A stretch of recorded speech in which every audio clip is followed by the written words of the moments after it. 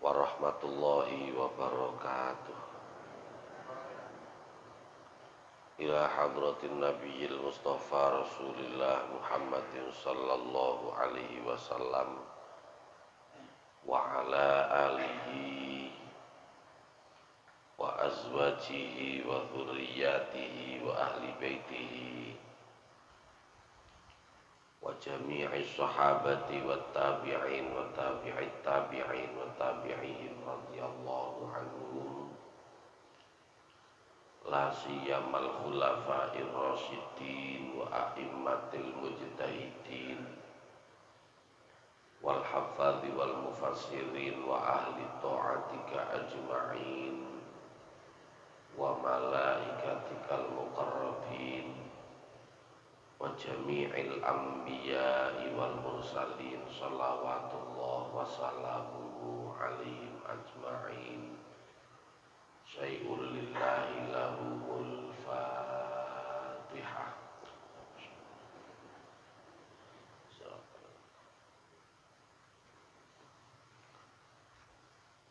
Thumma ila sultanil awliya Syekhatil Qadiril Jailani radhiyallahu anhu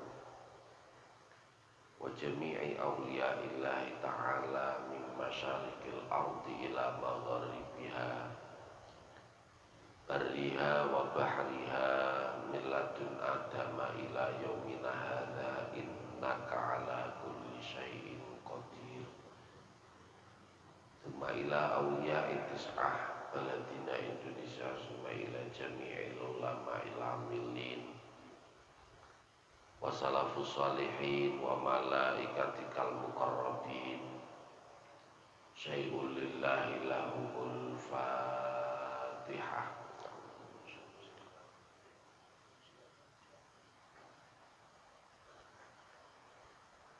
Summa ila muallifi hadzal kitab wa summa ila muassisi hadhil qaryah summa ila muassisi hadzal masjid wa summa ila jami'i man istama'na hahuna li sababi wa li ajli summa ila jami'i abaina wa ummahatina wa jaddina wa jaddatina wa ajdatina wa ikhwanina wa akhwatina wa aqribaina wa ahibbaina wa ustadina wa ustadatina wa asatihatina jami'i man lahu haqqun huququn wajibatun alaina wa alaihim wa jami'il muslimina wal muslimat wal mu'minina wal mu'minat al ahya'i minhum wal amwat.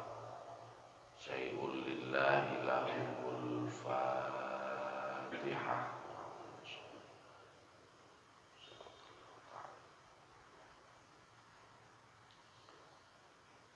A'udzu billahi minasy syaithanir rajim. Bismillahirrahmanirrahim. Qala al-muallif rahimahullahu ta'ala nafa'ana bihi wa bi'ulumihi wa bi asrarihi fid dharaini amin ya rabbal alamin ya mujibas sa'ilin. Sakmenika hadis yang ke-93 pasal 7 menerangkan tentang keutamaan sholat pada waktunya. A'udzu billahi minasy syaithanir rajim. Bismillahirrahmanirrahim. An Abdillah bin Mas'udin, dan riwayataken saking sahabat Abdullah bin Mas'ud radhiyallahu anhu. Apa kala dawuh sapa sahabat Abdullah bin Mas'ud, sa'altu ing dawuh sa'altu nyuwun pirsa sapa ingsun an-nabiyya ing Kanjeng Nabi Muhammad sallallahu alaihi wasallam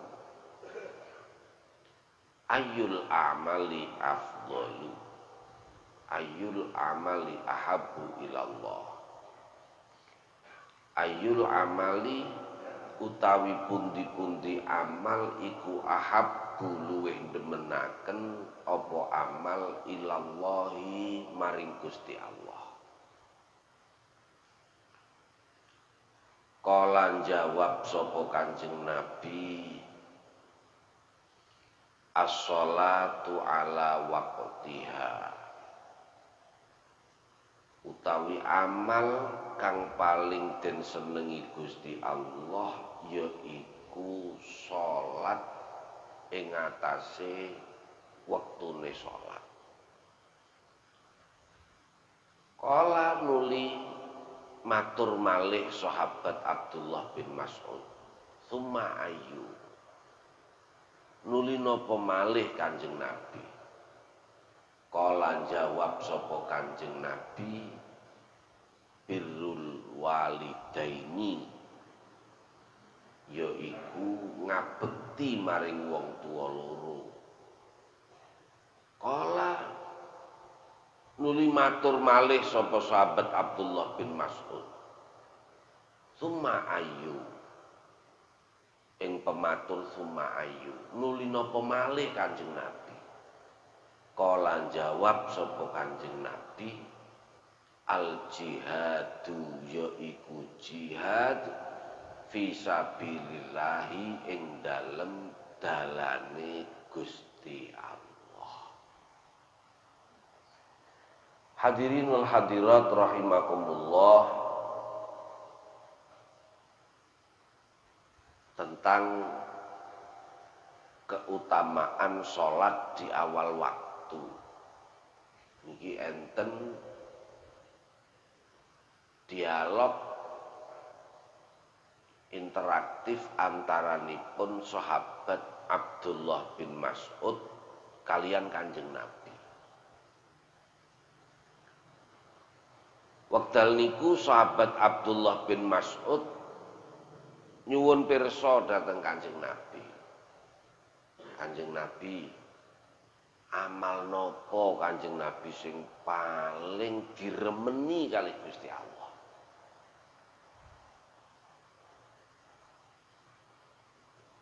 Jadi sahabat-sahabat siyen niku ngoten niku. Dadi nek takok amal niku damel nambah. Ya awake dhewe kan malah nyuda.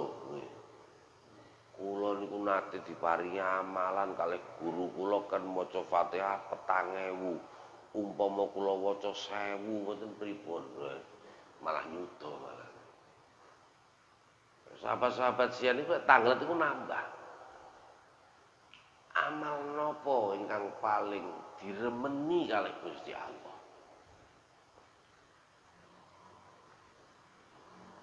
Para ulama menjelaskan pertanyaan Abdullah bin Mas'ud ini dilatar belakangi oleh semangate Abdullah bin Mas'ud dalam beribadah. Jadi sahabat Abdullah bin Mas'ud niku tergolong sahabat sing cerdas, tur ahli ibadah.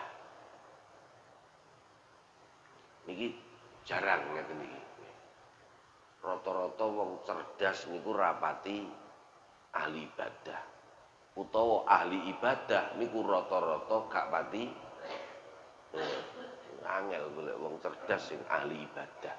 Termasuk di antarane nggih sahabat Abdullah bin Mas'ud niki sahabat pilihan. Termasuk sahabat yang memperkuat kodifikasi Al-Quran. Keranten sahabat Abdullah bin Mas'ud niku termasuk salah satu di antara sekian sahabat sing hafal Quran yang masih hidup ketika terjadi satu peristiwa sampai disebut mihnah, ujian yang besar, karena memang pada zaman sahabat Abu Bakar niku ana raja, sing raja niku zalim, niku senengane goleki wong apal Quran terus dipateni.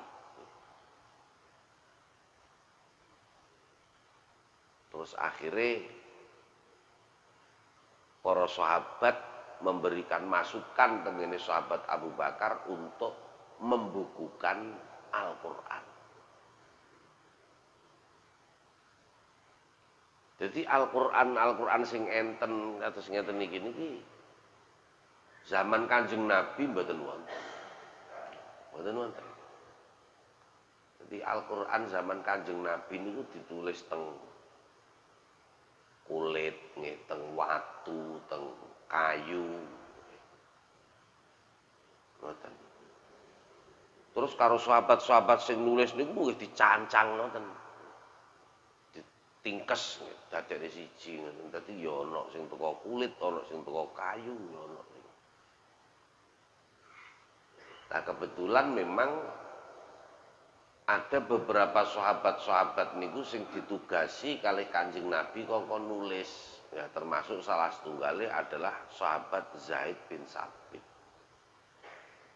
Lah sahabat Abdullah bin Mas'ud niku ketika ayat terakhir dipun turunaken nggih, al yauma akmaltu lakum dinakum wa atmamtu alaikum ni'mati wa raditu lakumul Islam madina. Niku sahabat Abdullah bin Mas'ud niku apal kabeh ayat Quran. Jadi ketika ayat itu turun secara berangsur-angsur niku pun dihafal nih kali sahabat Abdullah bin Mas'ud. Ketika ayat terakhir turun niku mun genep apal sak Quran sahabat Abdullah bin Mas'ud. Lah sahabat Abdullah bin Mas'ud bertanya hal yang seperti ini mergo pengen piyambake niku nggadahi amalan-amalan sing amalan niku diremeni kalih Gusti Allah.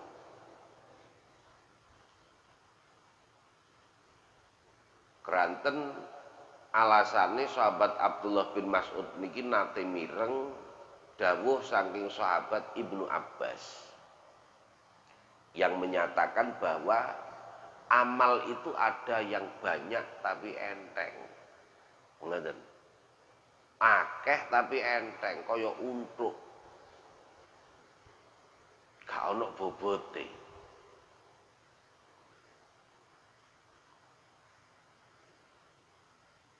Dari itulah kemudian sahabat Abdullah bin Mas'ud mempertanyakan tentang amal sing paling disenengi kali Gusti Allah.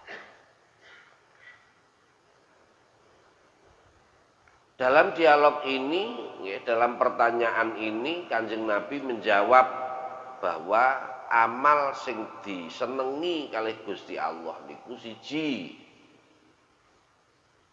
sholat tepat waktu. Nah, sholat tepat waktu niku berkaitan dengan masalah keutamaan. Niki para ulama sepakat bahwa yang dimaksud adalah fi waktil fadilah, yaitu mengerjakan sholat pada waktu yang utama. Jadi pembagian waktu sholat niku minimal 3, minimal.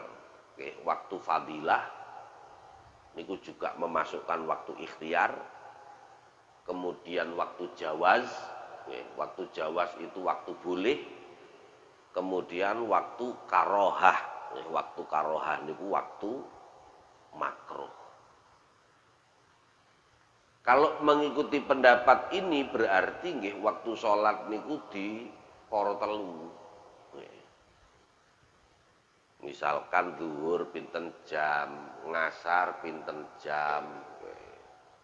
Niki mengke di para telu. Berarti yang sepertiga yang pertama itu adalah waktu fadilah atau waktu ikhtiar.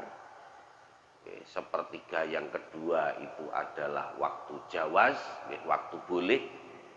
Nah, sepertiga yang terakhir ini adalah waktu karohah. Utawa waktu karohah niku minimal umpama piyambake nglakoni salat takbiratul ihram sampai salam, assalamualaikum, assalamualaikum, langsung masuk waktu yang berikutnya. Tapi ada juga yang membagi waktu sholat itu 5 bagian. Berarti 5 bagian ya berarti waktunya sholat itu dibagi 5. Enten waktu fadilah. Kemudian waktu fadilah itu waktu sing utama. Enten waktu ikhtiar. Waktu yang terpilih. Enten waktu jawaz. Waktu boleh. Enten waktu karohah, enten waktu karohatut tahrim, atau biasa disebut dengan waktu makruh tahrim. Berarti dibagi 5. Lah nek sampai gak cukup, lah niku jenenge masuk kategori mengakhirkan sholat meskipun sholat sah. Jadi antara nindas karo buntut niku gobit ngoten. Dadi umpamane wong salat zuhur niku enten rakaat sing mlebu tenggene wektu asar. Nah niku masuk tenggene waktu haram, tapi salate tetap sah, salate tetap sah. Dan tetap dikatakan ada. Nek kodok niku berarti nggih antarane takbiratul ihram sampai mantun niku dilakoni teng jabane wektu salat niku jenenge kodok. Dalam penjelasan hadis ini kalau kita hanya mengacu pada satu hadis ini saja, berarti kan seakan-akan ketika tidak tepat waktunya maka tergolong amal yang dibenci oleh Allah karena kebalikan disukai. Kan ngoten. Nah, menggali hukum itu tidak cukup hanya dengan berdasarkan satu hadis. Tetapi harus mengumpulkan semua hadis yang berkaitan dengan hal tersebut. Baru kemudian disimpulkan. Nah, disinilah para ulama-ulama itu berperan. Apalagi para mujtahid. Mujtahid mutlak niku rata-rata ulama yang ahli dalam segala bidang ilmu, baik ilmu tafsir, ilmu hadis. Mujtahid mutlak itu golongane Imam Hanafi, Imam Malik, Imam Syafi'i, Imam Hambali. Nek sekelas Imam Al-Bukhari ini kan hanya alim di bidang hadis mawon.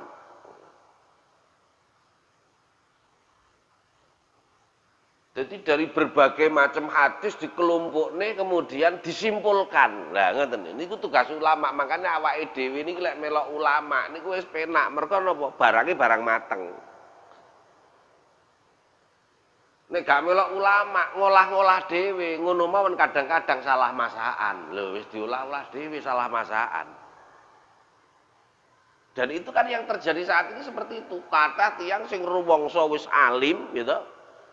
Akhirnya gak gelem melok ulama sing dieloki hadis. Lho niku mboten salah hadis e. Ya sing salah sing melok wong hadis niku masih bersifat umum. Kados ngenten iki bersifat umum, akhirnya gawe nutuki wong sing gak di awal waktu. Wah, haram, dosa neraka macam-macam. Karena bertentangan dengan hadis ini. Lho engko dhisik bener ta sing sampean pahami iku. dalam menggali hukum itu tidak begitu. Tidak hanya satu hadis atau mungkin satu ayat terus kemudian untuk menghukumi sesuatu. Jangan bermain persepsi.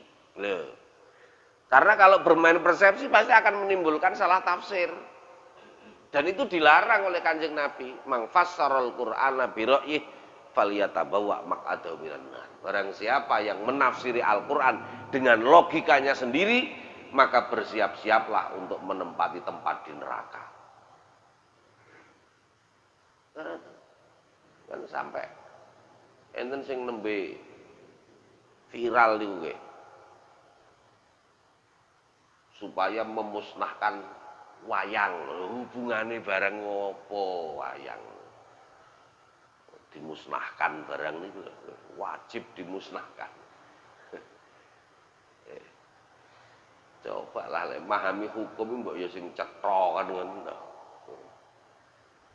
Nek durung cetha ya mbok ya aja ngukumi kan ngoten. Akhire ngene iku wau cara ibarate wong ngolah diolah-olah dhewe, masakane keliru ketika gak padha niku diarani gak pas lho kan. Lucu.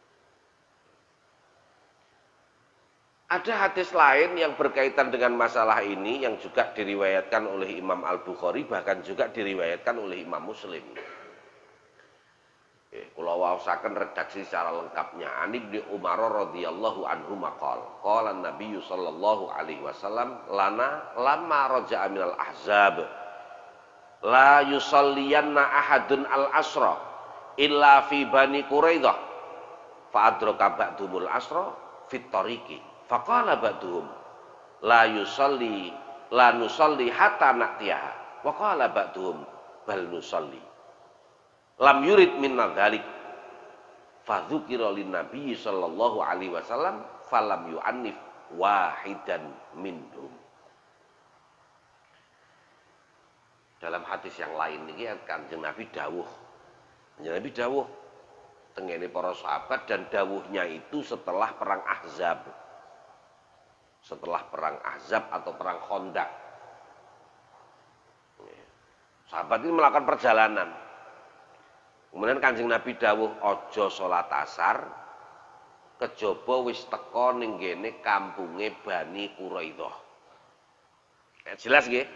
Aja salat asar kecuali sudah sampai di Bani Quraidah.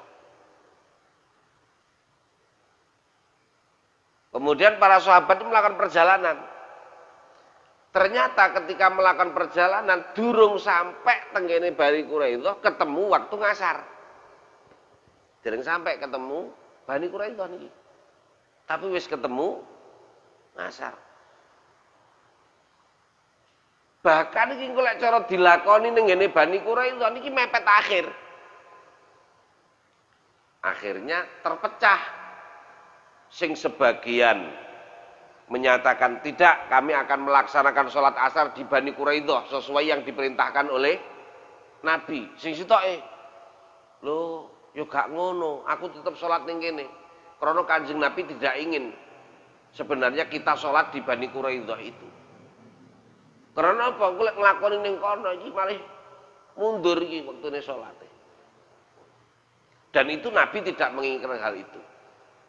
Akhirnya tetap menjadi dua golongan. Sing sitoke salat ngasar ning napa? Ning perjalanan, sing sitoke salat ngasar nunggu dugi tenggene kampung Bani Quraidah. Dan hadis itu memiliki asbabul wurud nggih. Kanjeng Nabi niku dikabari kalih malaikat Jibril bahwa Bani Quraidah itu adalah salah satu di antara kelompok nggih utawa kampung utawa suku sing memusuhi Kanjeng Nabi. Nah, Kanjeng Nabi memerintahkan seperti itu supaya orang Bani Quraidah itu tahu Islam itu kayak ngene lho. Jadi Kanjeng Nabi dawuh ngoten niku untuk memperlihatkan wajah Islam. Kondisi kenyataannya Gini wau ternyata tengah dalan pun mancing asar. Akhirnya ada dua kelompok niku wau sing sitok ning awal waktu, sing sitok ning akhir waktu. Tapi tidak sampai keluar waktu. Mboten sampai medal waktunya. Setelah sampai tenggene Kanjeng Nabi, kemudian dilaporkanlah peristiwa itu. Ngapunten Kanjeng Nabi mantun jenengan dawuh kan salat teng Bani Quraidah niku wau niki sing setunggal mboten salat teng Bani Quraidah. Tapi tasik teng tengah perjalanan. Sementara sing setunggal malih nggih tetep salat teng ngene Bani Quraidah sesuai perintah panjenengan, tapi teng akhir waktu. Setelah diceritakan kados ngoten niku Kanjeng Nabi tidak menyalahkan salah satu di antara dua golongan itu. Akhirnya, gitu, dari sinilah kemudian para ulama menyimpulkan, jadi sholat di awal waktu yang masuk kategori fadilah, gitu, kategori yang memiliki keutamaan, kategori ikhtiar yang terpilih itu tadi, ketika tidak dalam kondisi uzur. Tetapi ketika dalam kondisi uzur, maka meskipun itu dilakukan di akhir waktu, ya tetap oleh keutamaannya di awal waktu kalau kondisinya karena uzur. Dijukuk nih pemahaman saking hadis niku wau sing kedua niku wau. Kemudian ditambahkan lagi, diperkuat lagi oleh riwayat yang ketiga. Yang riwayat ketiga niki saking sahabat Anas bin Malik. Ada Anas bin Malikin yaqul kana sallallahu alaihi wasallam idza staddal baradu bakkara bis shalah wa idza staddal harru abroda bis shalah yaknil Jum'ah. Sahabat Anas bin Malik niku cerita Kanjeng Nabi niku ketika memimpin sholat Jumat, kok kondisinya niku dingin, niku masuk zuhur langsung sholat Jumat. Dan ketika kondisi panas, abroda menunggu sampai dingin. Berarti menunggu sampai dingin itu berarti rodok sore. Para ulama ahli hadis menerangkan bahwa abroda temeniku niku akhara ilal bardi. Jadi beliau mengakhirkan waktu sholat Jumat sampai kondisinya teduh, sampai kondisinya iyup lek cara bahasane awake dhewe. Sampai adem. Itu maksudnya sampai menjelang sore.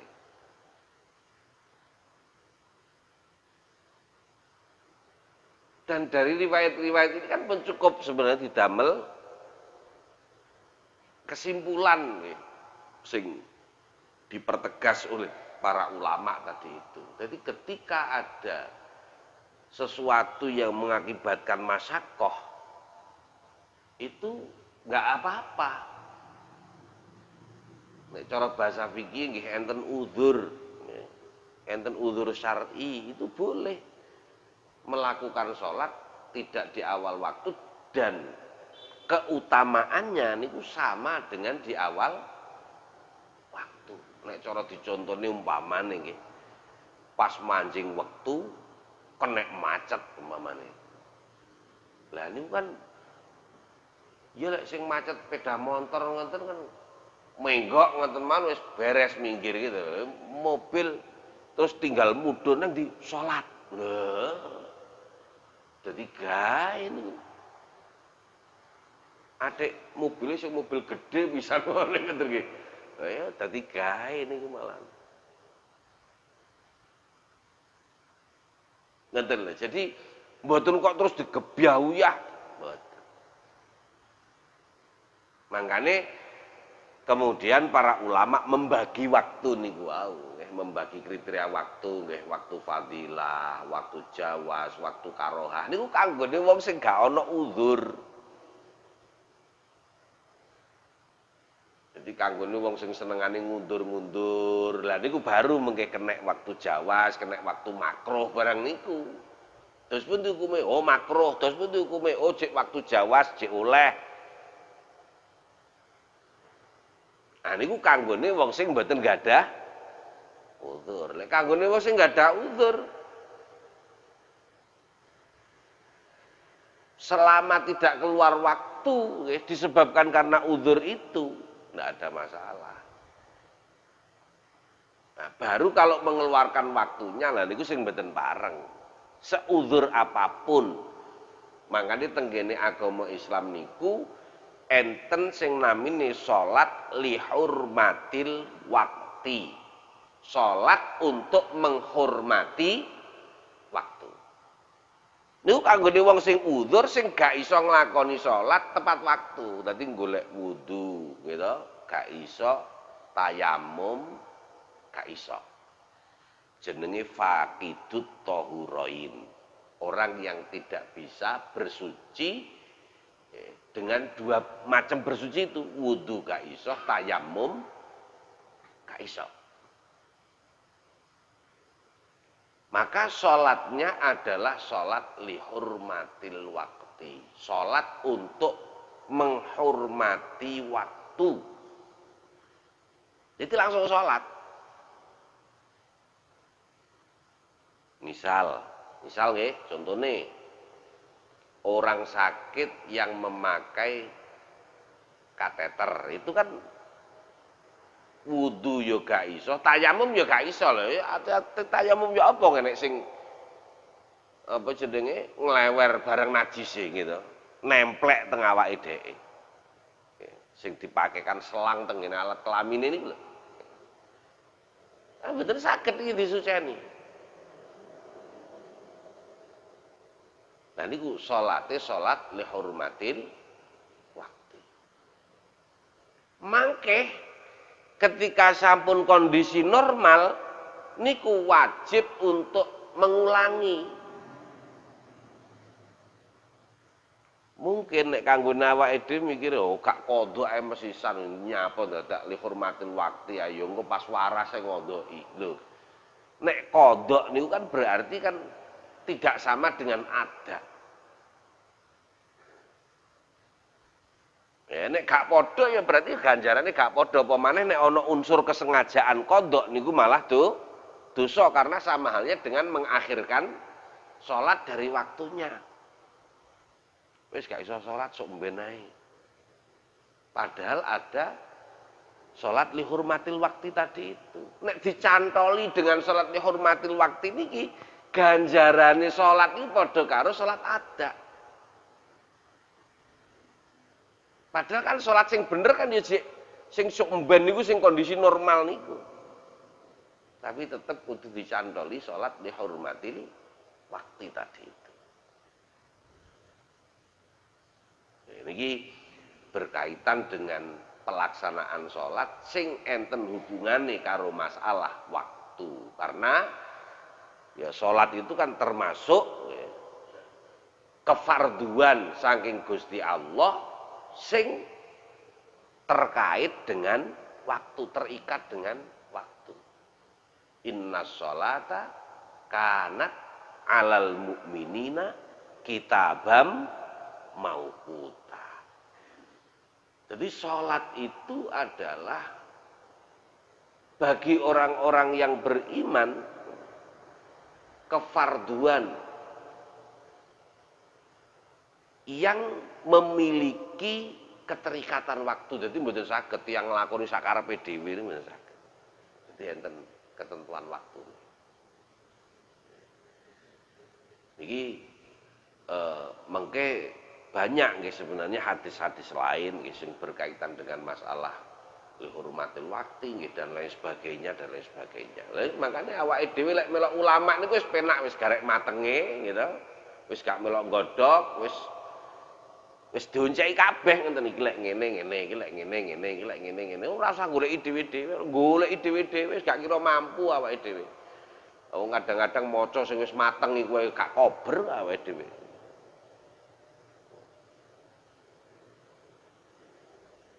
Makane Kula panjenengan sedaya kedah syukur nggih wonten ngarsanipun Allah, cek gelem kumpul karo ulama, cek gelem ngaji nggih, ilmune ulama niki insyaallah nggih selamat, insyaallah bener karena beliau-beliau itu dalam mengarang kitab, dalam istimbatul hukmi, dalam menyajikan satu konsep niku pun berdasarkan penggalian yang sangat matang. Jadi cara awake dhewe melok niku pun pas, pun pas. Makane mugi-mugi kula jenengan sedaya niki istiqomah, ya istiqomah. Anggenipun thalabul ilmi lan mugi-mugi kula panjenengan sedaya saged klebet min ahlil ilmi wa ahlil khair. Amin Allahumma amin. Mekaten mungkin wonten ingkang badhe tanglet kula sumanggaken. Nggih.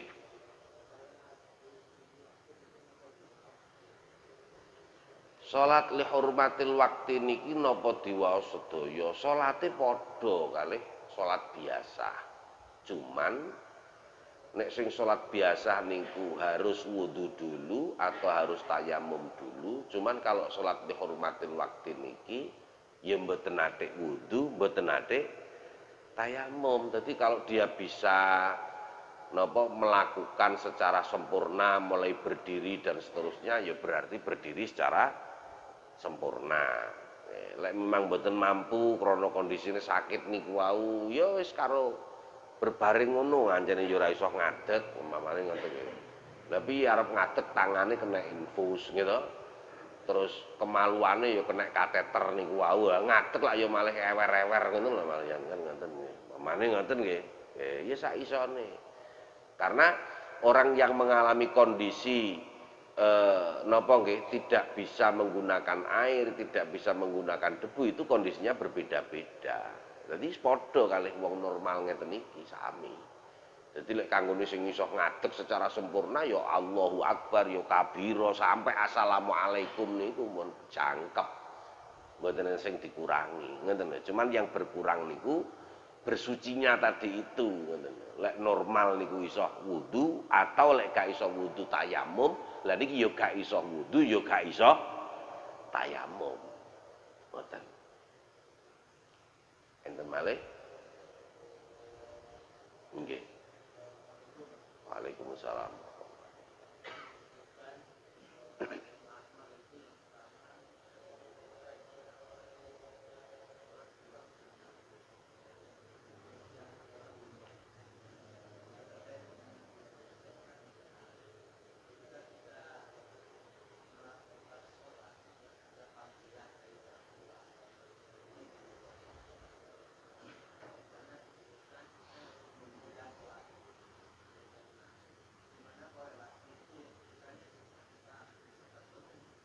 Nggih.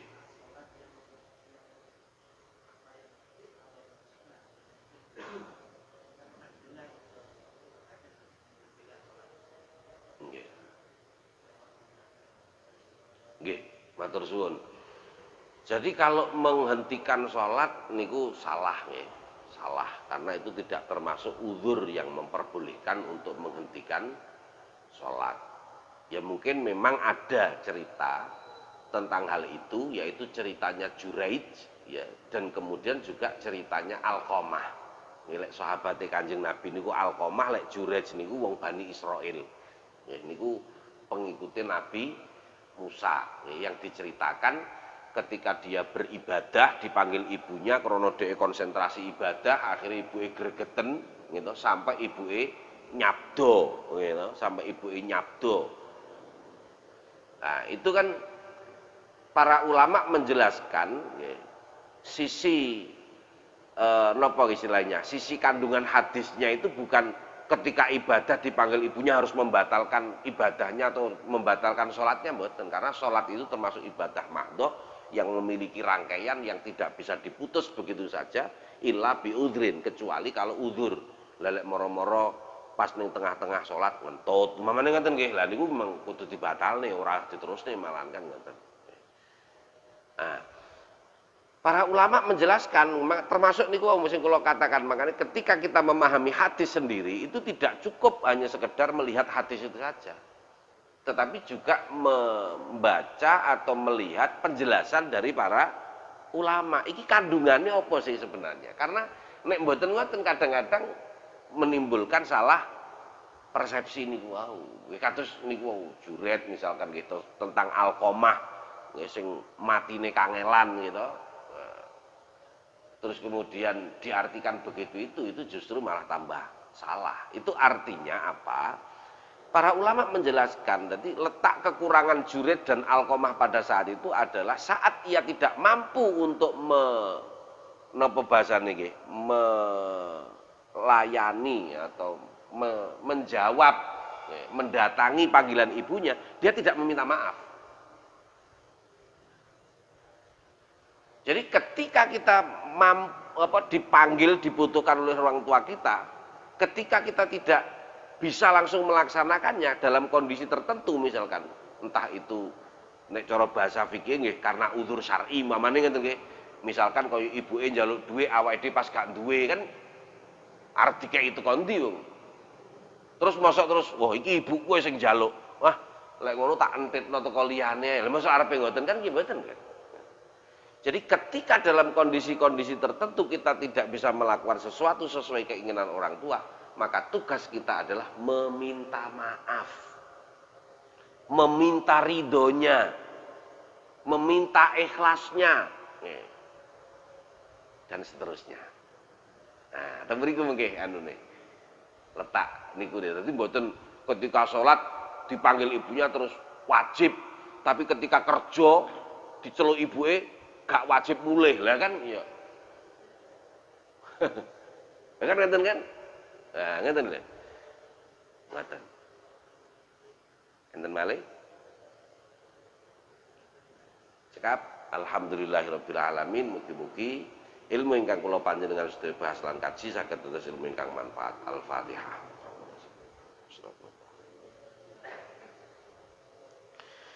Alhamdulillahirabbil alamin, kirang langkung pun pangapunten wal afa minkum. Assalamualaikum warahmatullahi wabarakatuh. Allahumma inna nas'aluka ilman nafi'an wa rizqan wasi'an halalan thayyiban wa amalan mutaqabbalan. Allahumma inna nas'aluka al-huda wat taqwa wal 'afafa wal ghina. Allahumma inna nas'aluka mujibati rahmatik wa azaima maghfiratik. السلامة من كل اسم والغنيمة من كل كذب والفوز بالجنة والنجاة من النار والعفو عند الحساب. اللهم إنا نسألك إيمانا دائما ويقينا صادقا وقلبا خاشعا ولسانا ذاكرا وبدنا صحيحا وعملا صالحا مقبولا ورزقا واسعا حلالا طيبا مباركا. اللهم إنا نسألك العفو والعافية والمعافاة الدائمة في الدين والدنيا والآخرة. ربنا لا تزغ قلوبنا بعد إذ هديتنا وهب لنا من لدنك رحمة إنك أنت الوهاب. اللهم ربنا تقبل منا إنك أنت السميع العليم وتب علينا إنك أنت التواب الرحيم. رب اجعلني مقيم الصلاة ومن ذريتي ربنا تقبل دعاء. اللهم ربنا آتنا في الدنيا حسنة وفي الآخرة حسنة وقنا عذاب النار وادخلنا الجنة مع الأبرار يا عزيز يا غفار يا رب العالمين. سبحان ربك رب العزة عما يصفون وسلام على المرسلين والحمد لله رب العالمين. الفاتحة.